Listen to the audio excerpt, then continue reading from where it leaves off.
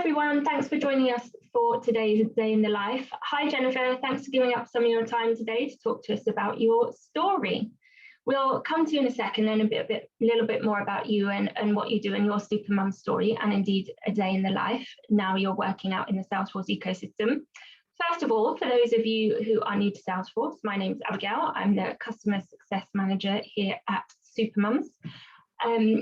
You can feel free to get in touch with me anytime if you have a watch of this and it looks really interesting and you think you'd like a piece of what Jennifer is now doing. Feel free to book in a chat with me or my colleague Shellen. I'll give you the details at the end of this webinar. In the meantime, who are we and what is Supermums? So we are empowering mums and super dads across the globe. And in fact, you don't need to be a parent to do our courses, but we are upskilling people with Salesforce skills so they can make the most of some of the great jobs there are out in what we call the Salesforce ecosystem. We've empowered over 400 people so far with Salesforce skills through, we have several different courses. If you're just starting out on your Salesforce journey, we've got our administrator program. If you want to upskill, we've got our consultancy course, which is indeed what we're going to talk a little bit about with Jennifer. We've got a specialism product as well in marketing cloud that our head of training, Vicky, leads on. And we've also got a coaching program, which is actually something that's included in all of the rest of our courses too. We know that your success in transitioning into a career in Salesforce is built not only on technical knowledge, but the support and confidence to go on and grow in the world of Salesforce. And we're going to talk a little bit about that with Jennifer today. So I'm just going to stop sharing my screen so we can see you a bit more clearly. Hi there. Thanks for joining me today. Why don't we kick off by you telling us a little bit about yourself, where you are in the world, and what job it is that you do now? Absolutely. Thank you so much for having me. So my name's Jennifer. I am currently a Salesforce consultant, and I work in Canada just outside the Toronto area. Brilliant. And yeah, what is a little bit of a kind of typical day for you? So this is a day in the life webinar. So as a Salesforce consultant, what kind of things are you doing? Oh, I'm having so much fun, actually. So a typical day for me, so I'm kind of East Coast time zone. So on the West Coast are a majority of my clients. So in the morning, I like to have my heads down work, and in the afternoon, I tend to have client meetings, typically just like this, video calls, where we do, solutioning demos and business requirements analysis. I absolutely love what I'm doing. My absolute favorite thing is to deal with automation. So when I get to work with a client who needs something automated, I really enjoy building that out and making things work for them. Brilliant. Like to get your hands on some flows and process builds and all of that. Be coming to you for some tips. That's definitely on my to-do list, getting my head around some of that.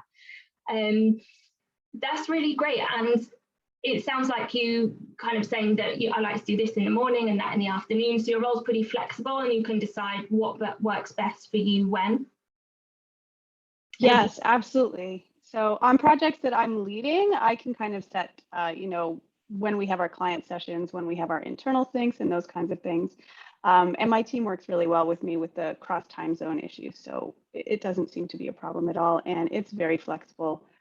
The culture where I am is absolutely fabulous, and it's very flexible, very understanding and supportive team, which is, I think, something that I've really understood exists a lot in the Salesforce ecosystem, but isn't something that I'm used to where I'm coming from. Yeah, so a big driver for you was kind of not enjoying the kind of previous roles that you'd been in and wanting a bit of a change. So why don't you tell us a little bit about what brought you to Salesforce and why you wanted to get into this ecosystem in the first place, and how long ago that was, because it wasn't very long since you've made this transition into Salesforce. No, it hasn't been very long at all. So actually in my previous life, I was vice president of finance at a group of corporations. So I had a lot on my shoulders, and I was very busy. I had a lot of responsibility, but I wasn't having any fun. I wasn't learning anything new, and I wasn't feeling challenged. And it was really starting to drag. And of course, it shows up in your family life as well. So I was very unhappy. And I took a step back and tried to assess, what are the things in my role that I really enjoy doing? And I realized after spending some time thinking about it, that the things that I enjoyed most were the technology projects, because that was also under my umbrella.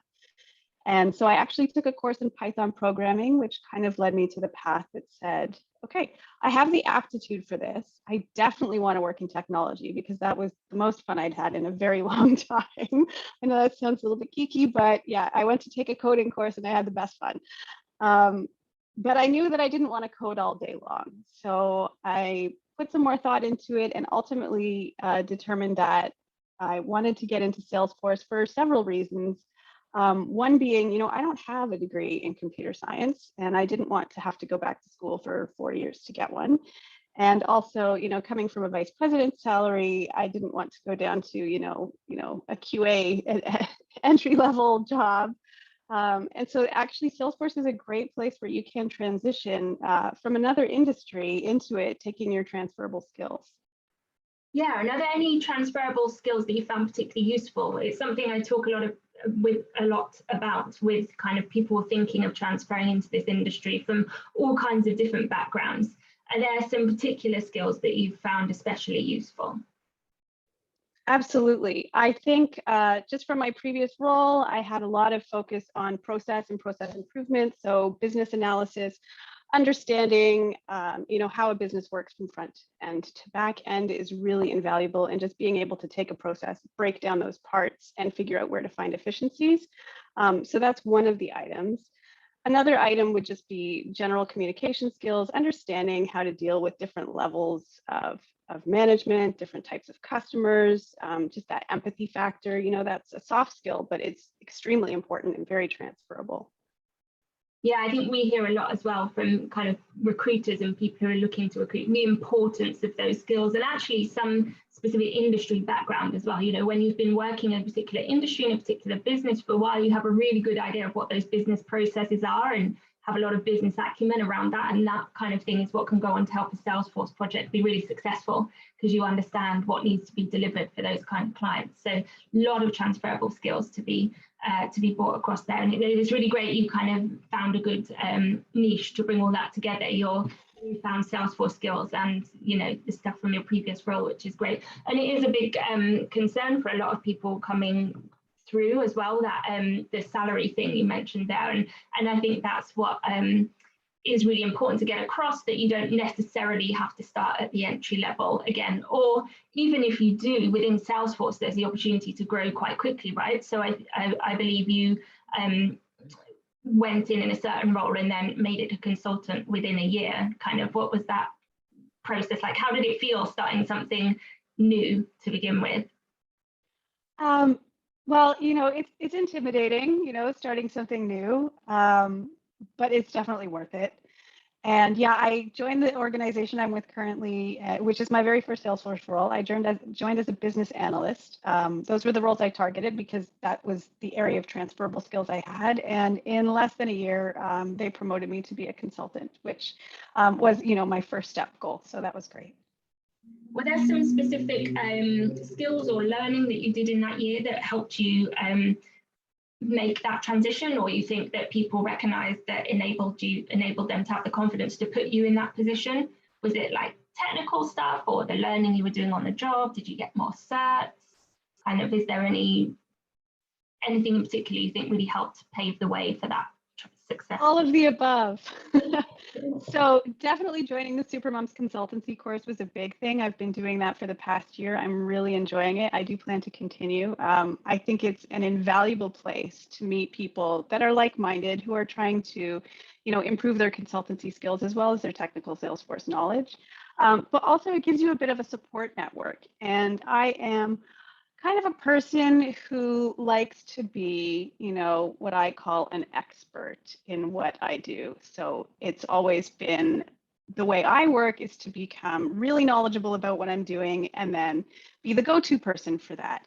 And with the Salesforce products, that's not possible. And that's something that I really had to overcome because there's just too much and no one can ever know it all. So even though, internally I'm like, ooh, I need to know all of this. And I put a lot of pressure on myself, just joining the Supermoms crew and being on those weekly calls and just seeing how people who, are experts and people that I would look up to say things like they didn't know, or, they would have to look it up, or it's okay not to know everything. That's huge, because for me, it took a while for me to accept, and it's really something that you just have to accept, that you're just not going to know everything, and then that's okay.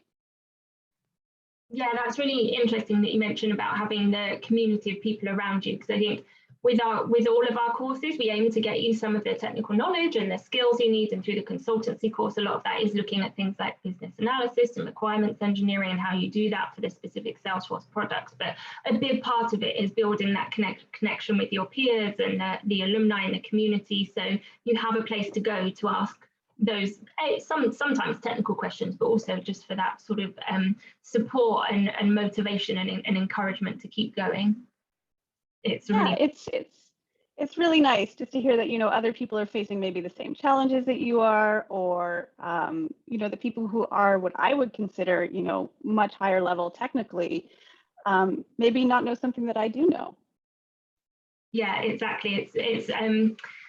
Yeah, building that network is really important to a successful career in Salesforce, I think, as important as kind of getting those certifications under your belt. What certs do you have, by the way?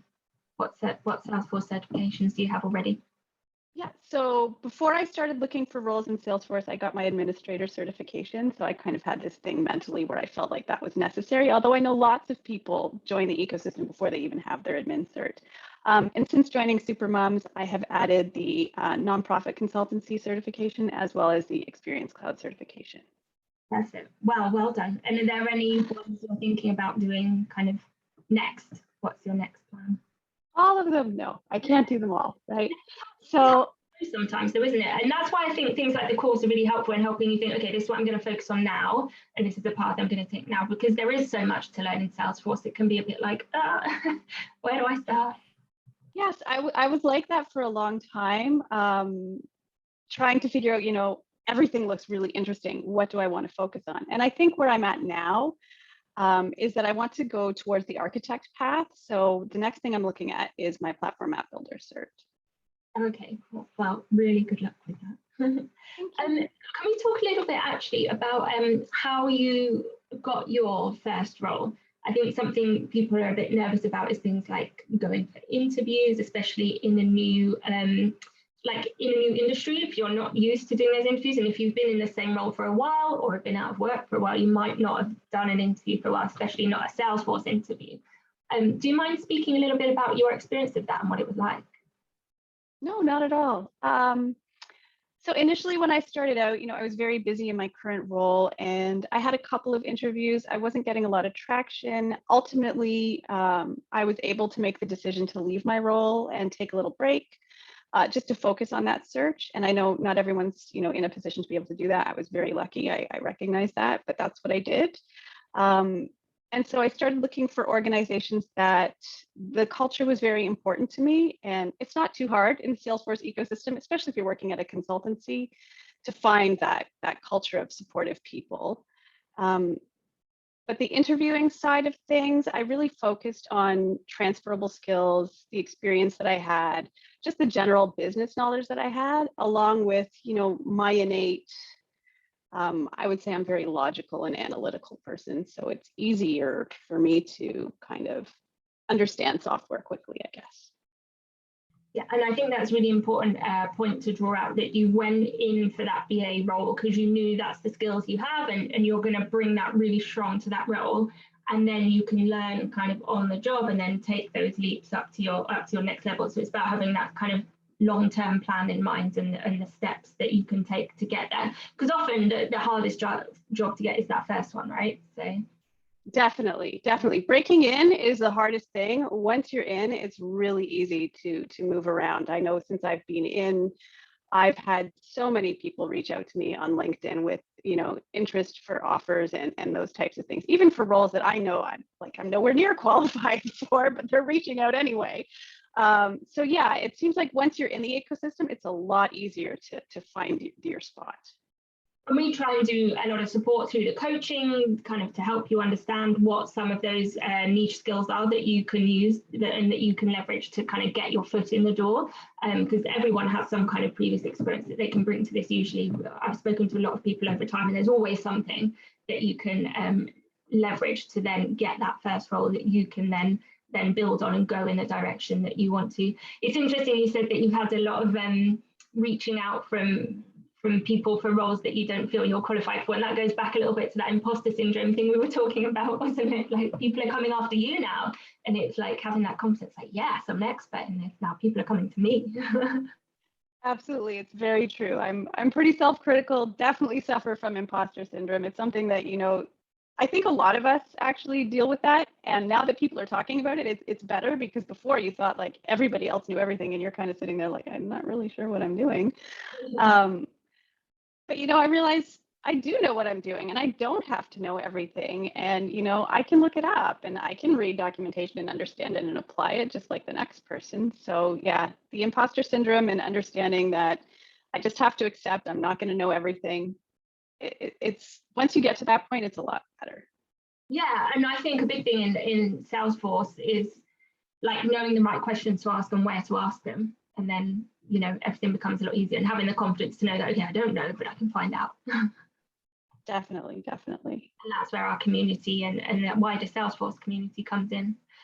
Well, it's been really great to know your story. And I know a lot of that will, the idea of the transferable skills and that bit of imposter syndrome will really resonate. But it's so great for you to share with us, your success so far. And maybe we can come back in another year's time and see where you are, where you're at on the track to solution architect, right? That's where you feel like you'd like to go. So good luck. Absolutely. Is there something that you would like to share, or some advice you would give to anyone who's thinking about doing something like the consultancy course? So maybe they're just starting out in their Salesforce career and are looking to really kind of upskill and go through that process like you have done of transitioning up the ladder. What tips or advice would you give them? First of all, I would say definitely go for it. There's no wrong way to go about it. Once you decide that Salesforce ecosystem is something you want to be a part of, jump in with both feet and go for it. And the consultancy course is a great way to meet people and get a supportive network and just actually learn a lot of technical skills at the same time, along with a lot of other information that Heather's able to share. She's got an amazing background and a wealth of knowledge and some things that you might not even think about. And she brings them up and you're like, wow, yeah, I never thought about that, but that's got such an impact. And it's not a technical thing or even how to do this in Salesforce. It's maybe just how to deal with projects or how to deal with customers. Yeah, and that's why she in particular invented that course, right? There's so many other useful bits and pieces that make your Salesforce project successful outside of the technical part of it. And that goes back again full circle to this idea of the transferable skills that you're bringing to that, because I know we run coaching and Heather talks a bit about coaching and how you can apply that when you're a consultant to working with people to make projects successful. And there are so many other useful bits and pieces that you might not even realize until you get into Salesforce that you have some skills that you're going to bring to the table that are really useful, right? Well, thank you so much. True. Thank you so much for sharing your story with us today.